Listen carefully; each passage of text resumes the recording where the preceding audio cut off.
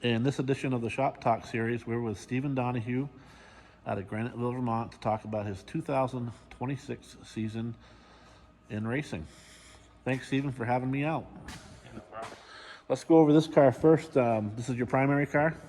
This is our primary car at Claremont. We won the championship with this car in 2023 and won the Milk Bowl in 2023. And we just kind of struggled 2 years ago with it and decided to kind of put it in timeout. And nothing wrong with the car, we just couldn't get the setup right with it. And we decided to go to Claremont last year with it, and the car's still fast, and it was a lot of fun going down not every week, running Friday nights, different track, and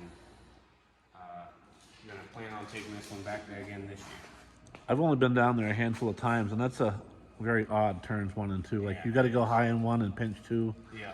or else if you do it the opposite, you lose all your You'll end momentum. up in the wall out of 2, yeah. It's definitely a different track. How old is this car? This car was built new, the chassis was built new fall of 2020, and we got it done for 2021. And my uncle built this one. Well, we built it, my uncle bought it. Me and Dad had built our 2 cars, and my uncle Bill saw them, and he decided he wanted to have a brand new late model, so he bought the chassis, and we took some old rear end, retubed it, some old hubs, a bunch of used parts that were still good, just not brand new. Put it together, and since the first time it hit the track, it's just been a very consistent and very fast car. I wanted to keep this clean, but you're twice the driver that your washed up father is, huh? I try to be. No.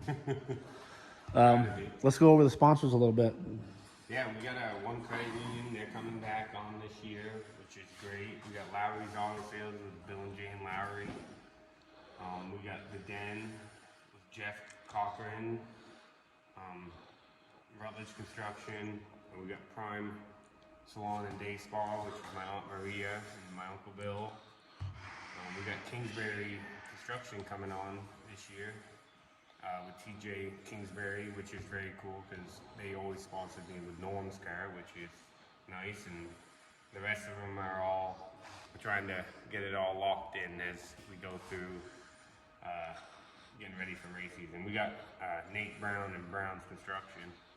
Marcel Gravel's father-in-law, he said he'd sponsor me this year, which is kind of cool, so we'll kind of be teammates. Shouldn't he be sponsoring him? Oh, he does. He sponsors Marcel, but Nate and I get along really good, and Dad raced his car way back in the day in 2010 once, so we're good friends with them. Is your dad like a starting park? Hopefully not this year. Hopefully he's gonna run the Tiger Series, and he's gonna run 3 races at Thunder Road and White Mountain, which will be cool. We put a new clip on that car, and hopefully he'll have some fun. And my Uncle Gary's supposed to get into it this year and try to race at some point. Kingsbury Construction, they're out of, where are they? Waitsfield? Yeah. So is that with Debbie Kingsbury that used to race, the same people? I'm not sure. I don't think so, but I'm not 100% sure. What about this car over here? So this is our, I call this one the Mutt. This was a pro stock that my dad had bought, but it was a perimeter, and it was old. And we ran it twice. I ran Beach Ridge with it once, just so I could race the track before they closed it.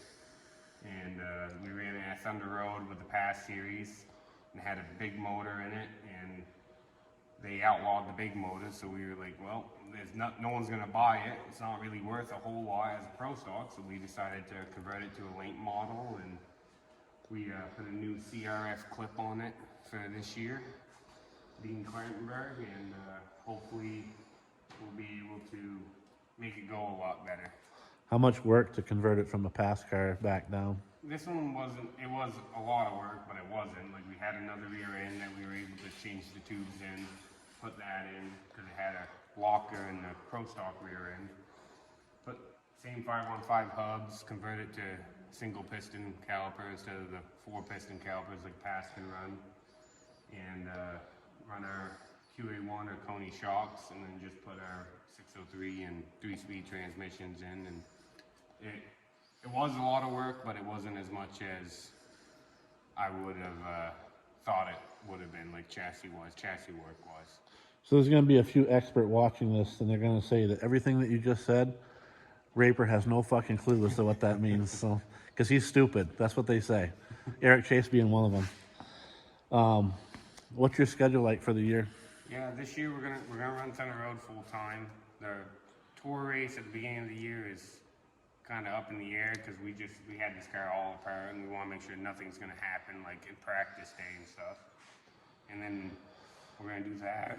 I'm gonna go to White Mountain at least once. We're gonna go to the Fall Wee race after Milk Bowl, and then I'm gonna run Claremont full time in their late models again and try to go down there and have some fun. And it's nice. All the guys said they weren't gonna go, but they like going down. It's very relaxed, and the hustle and bustle of Thunder Road on a Thursday night. It's fun, but it's a lot of work. It's busy.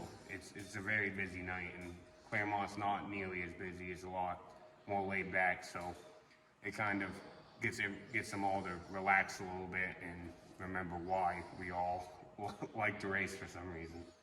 So this is what I usually ask everybody: highs and lows. What's your high point in racing? Definitely the high point is winning the Milk Bowl, and winning the King of the Road was cool, but the Milk Bowl is definitely the highest point. And then the 3 championships at Riverside with Norm and for Norm was a big thing that I wanted to do, because it's not very often someone up here gets a ride for someone that's raced their whole life, and I got the opportunity to race for Norm, and to give him a championship, let alone 3, was just really rewarding, and it was a lot of weight. It felt like off my shoulders, because I didn't have to feel like he put all this time in and never got anything out, kind of deal. So in the Cup Series, if you win a championship, that's pretty cool. But people remember the Daytona 500. So Yeah. I feel like the Milk Bowl is, Yeah. if not more important than a championship in itself. That's exactly the way I've always felt. Is like the King of the Road is cool, but the Milk Bowl is just something different, something more special about the Milk Bowl. And to me, some people might disagree, but to me, it will always be the Milk Bowl is the biggest thing you can win up here. Well, that's a hard race. Yeah, you got 3 races in one day, so that one definitely is special to me. So I'm going to answer the other question, the lows, for myself. Like the low point was when you caught fire. Yeah. To be honest with you, that scared me to death. I don't know if that's the same low point for you, but Yeah, that one. Well, the last 2 years have been pretty low for us. We've really struggled, and our sponsors have been great about sticking with us, and they understand that you have highs and lows in racing, which a lot of people, they want the immediate gratification, like they want to be good all the time, and unfortunately with racing, there's too many variables that's just not always the case. so your low point turned into a high point because you went to Growth and won the championship. Yep. Yeah, that was cool. Actually, that's the car that the one we run at Claremont now is the car I ran that night to win the championship with my broken hand. Probably not the smartest thing I've ever done, but I'm sure your parents will probably agree with that. So. yeah. All I had to do was run 1 lap, but the car was too good. I had to try to race the whole race. How'd you finish? We won that race, so Of course that was pretty did. cool. Had to. Oh, the gloves weren't mandatory over there, but I put a welding glove on over my cast because that was the only thing that would fit. So I had gloves on, thankfully. You know, from a racing standpoint, that makes sense. Yep. Let's check out the stuff on the wall. Yeah. Let's start over here with the number 2. Yeah, that car. So the funny part is, so the 3 cars on the wall were from, I call it my perfect year in 2023, because we won the Riverside Championship and Fall Brawl. We won the Milk Bowl or the Thunder Road Championship, and we won Milk Bowl. So to me, that was my perfect year. Like it's hard to beat, running 2 tracks and winning both their big races. And that car, that body was after the fire with the big wreck.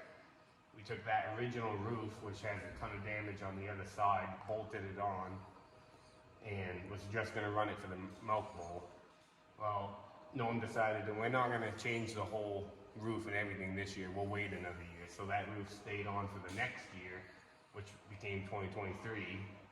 And he put a skin kit on it, and you can actually see on the hood, he never changed the hood because he didn't want to change his sticker.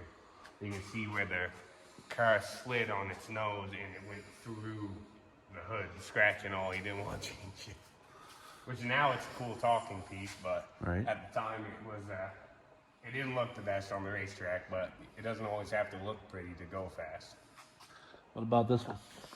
So this was the body we ran on. We ran all year in 2023, which was used that year because we were only going to run Memorial Day to try to defend our win.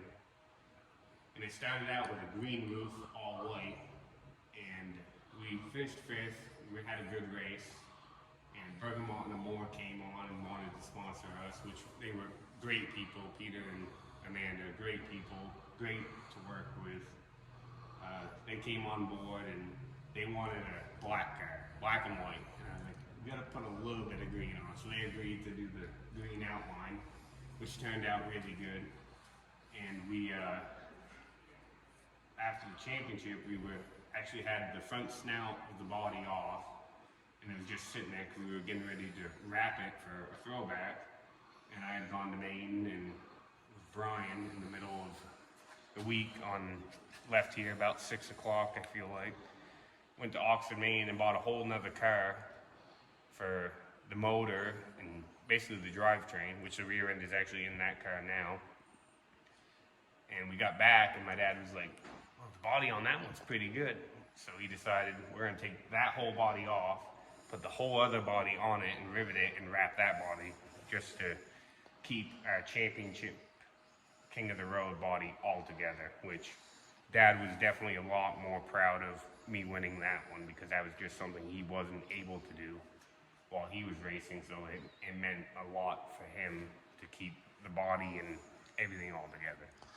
So I'm a huge fan of the throwback schemes for Milk Bowl. So the 29, obviously the throwback for Harvick. Yeah. It came out awesome. When it rolled out on the track, I was just in awe. I thought it was Yeah. pretty cool.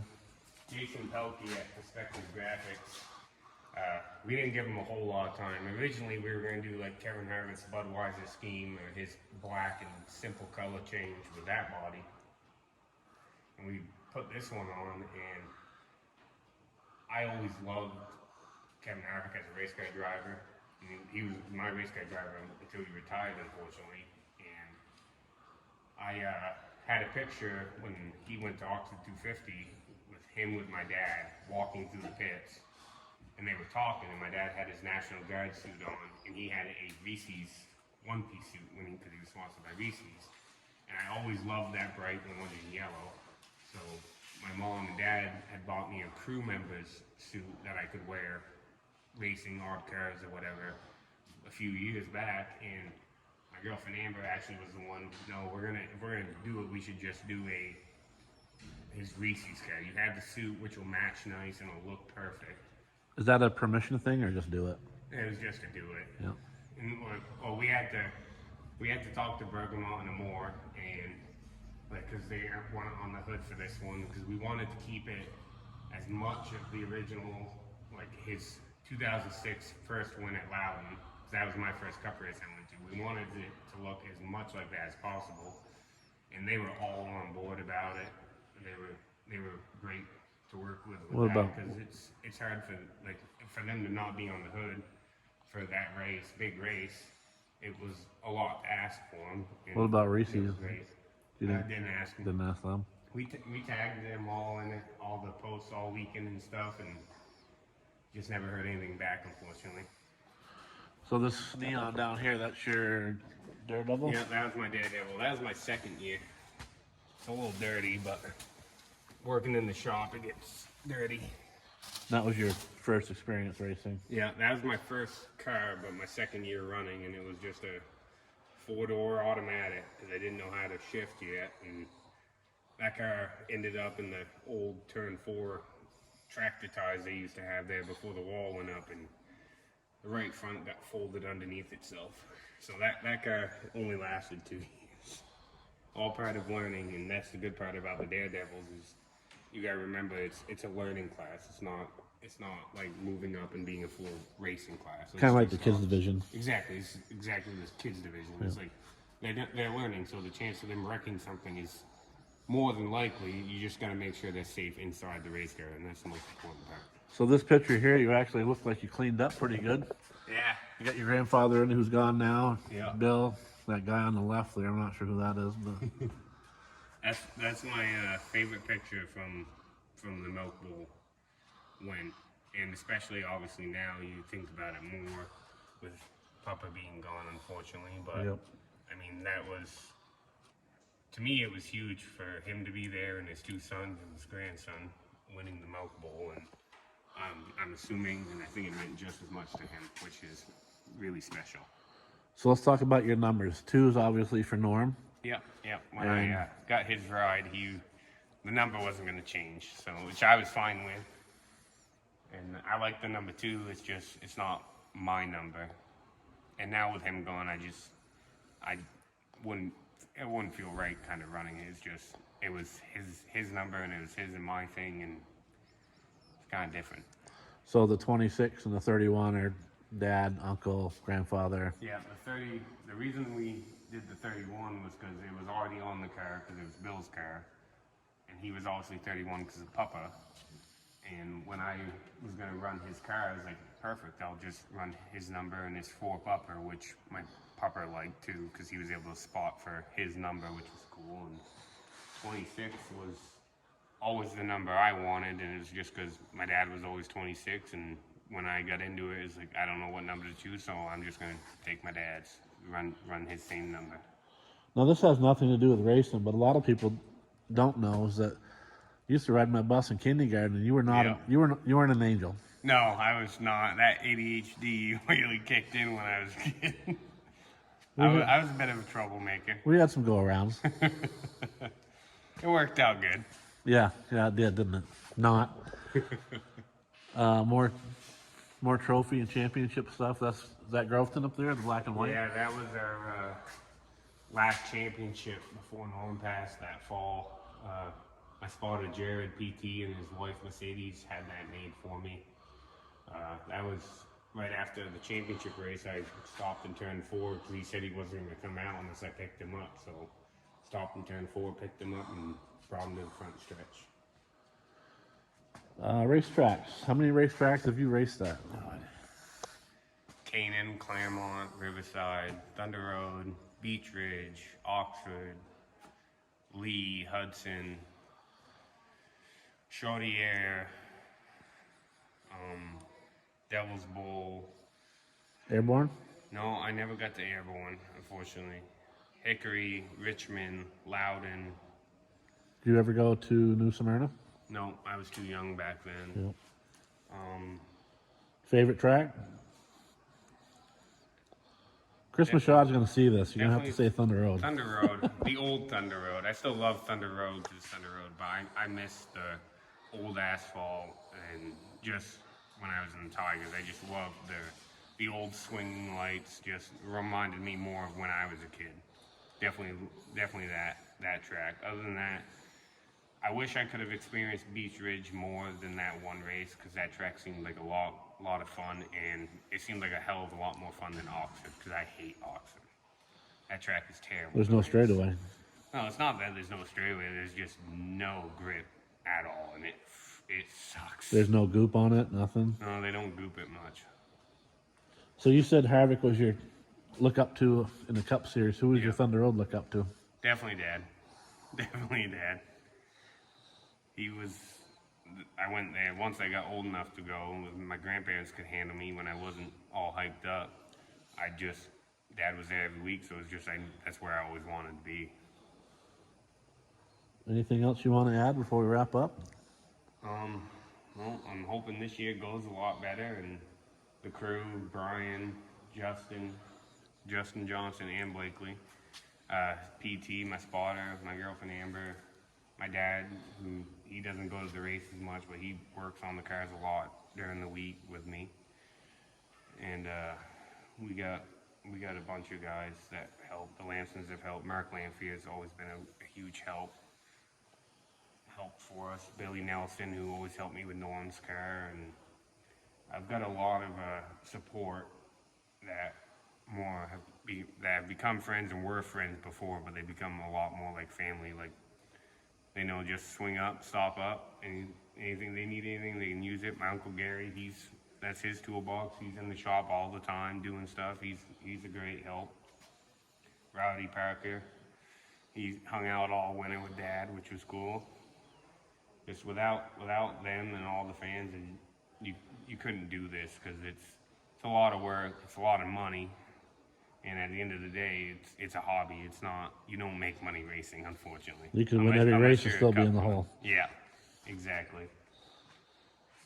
But I'm hoping this year goes better, and can't wait to finally hit the track for the first race. One thing I forgot is you had a little bit of success in the dwarf car that you raced over to White Mountain too. Yeah, that was a lot of fun. How are those to drive? They're very similar to a late model, I feel like. They're just, everything's a lot smaller, so it's a lot quicker with the steering, which usually isn't something everyone can adjust to, but I mean, to me, it was fairly similar to the late model. And like, I think Dave Geiger and Jason Wyman for that, because if it weren't for them, I would have never had that chance to run that, and it was a lot of fun. And You never driven one before that? Nope, never driven one before that. And get a podium. Won that race, which was really cool. But it's like, I don't think the dwarf car drivers get enough credit. Like, they're not just go-karts. They do take skill to drive and be fast, because they are on edge all the time. Now, my opinion is they don't have a lot of them, but they race well. Yes. I think they race really well. I think a lot of that comes to where they have to race with respect, because they don't have fenders, so you can't bounce off each other like a lot of the races do nowadays. Like, they have to respect that we're not going to bounce off each other, and they'll run close because they're smaller, but they know their limits, and that's why I think the racing's good. Well, I appreciate you having me out this evening, and best of luck in 2026. Thank you very much.